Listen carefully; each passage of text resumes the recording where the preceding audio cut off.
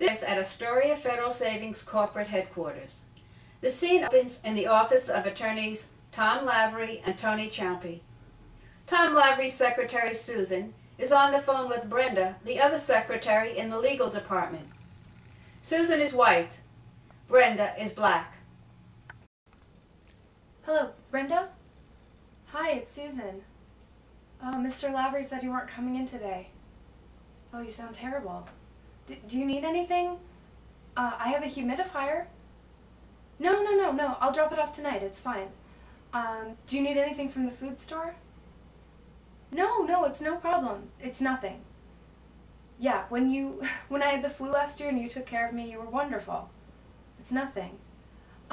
Is there anything on your desk that needs to be done today? Okay, I'll check when the mail comes in. Hold on a second. Yes, Mr. Lavery. Okay, I'll be right in. I'm just hanging up with Brenda. Hi, Brenda. That was Mr. Lavery. I have to go. I'll call you back later with the food list, okay? Feel better, okay? Rest. Okay, bye. Oh, God. I hope Mr. Lavery doesn't show me one of those awful racist jokes again. I don't know what to say. He wants me to laugh. I feel like such a hypocrite when he shows me those things and makes fun of Brenda and I don't say anything. I'm scared of losing my job. I wish I just had the nerve to tell him to go to hell. Coming, Mr. Lavery. I found this one. Susan, send those letters out Federal Express to the address on the top of the page. Hey, Susan, before you go, look, check out this joke I found online. Well, Look, come on over here, read it, come on. Look.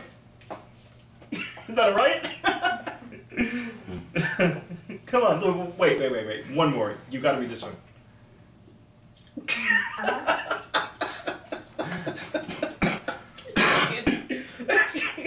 Tony always cracks me up with these jokes he finds. yes, well, We crack each other up. Mr. Lavery, is there anything else? I really need to get back to work. No, I just thought you'd like the joke since you and Buckwheat are such good buddies.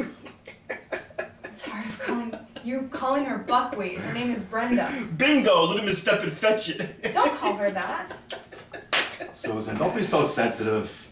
Tony was only kidding. Come on, don't give us such a humor. You know Buckwheat. You know Buckwheat. I guess I don't find this funny.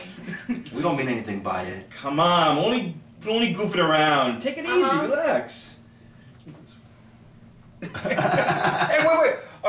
Are you and Brenda friends? Yes, we are friends. Tell me, does she have Al Sharpton on speed dial? Enough of this! I'm tired of this. I'm not going to stand here and listen to this trash anymore. Susan, calm down. You're one of us. I may be white, but I'm not one of you. Brenda is a good friend of mine. We've shared a lot since we've been here. I think it's very unkind and unfair of you to talk about her like that. Oh, come on. You know what? I think it's our time of the month. Or maybe she doesn't like the Little Rascals. Early on, Susan was a goner at Astoria Federal. Like so many other women before her, Susan would be dealt with by Tom Lavery and Tony Ciampi. She was told by these attorneys not to answer their phones anymore, and they gave almost all their work to Brenda. Susan was about due for her annual performance review. Until that time, Susan had always been rated by Tom Lavery as being above average.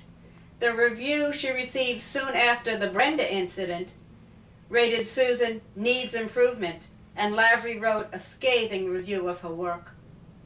Astoria Federal was about to fire Susan, but she was diagnosed with cancer and was out sick for a few months.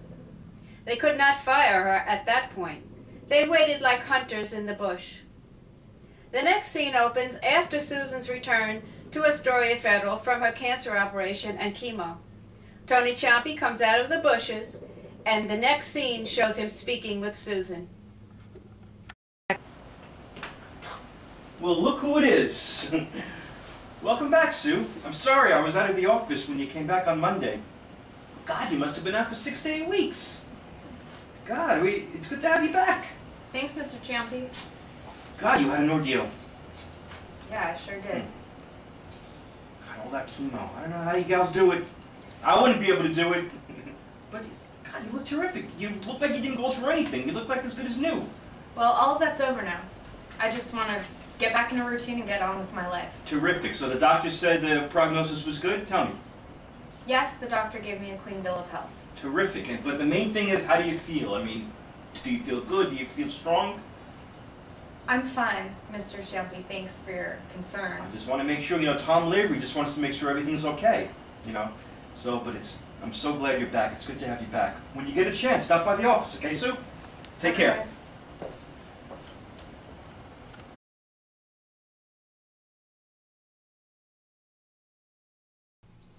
Susan was fired.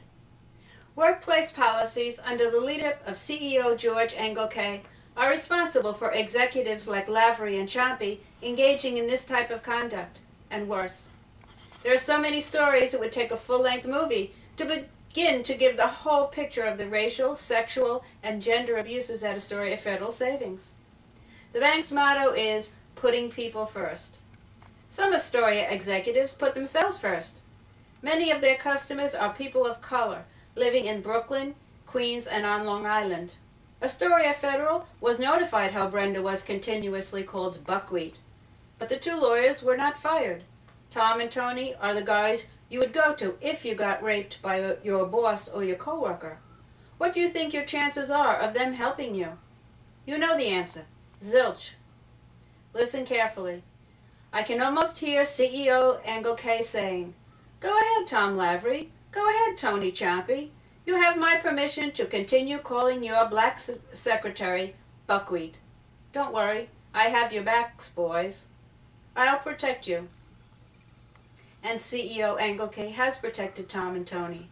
They're still the lawyers for the bank, and they are still making lots of money off the deposits of their African American customers in Brooklyn, Queens, and Long Island.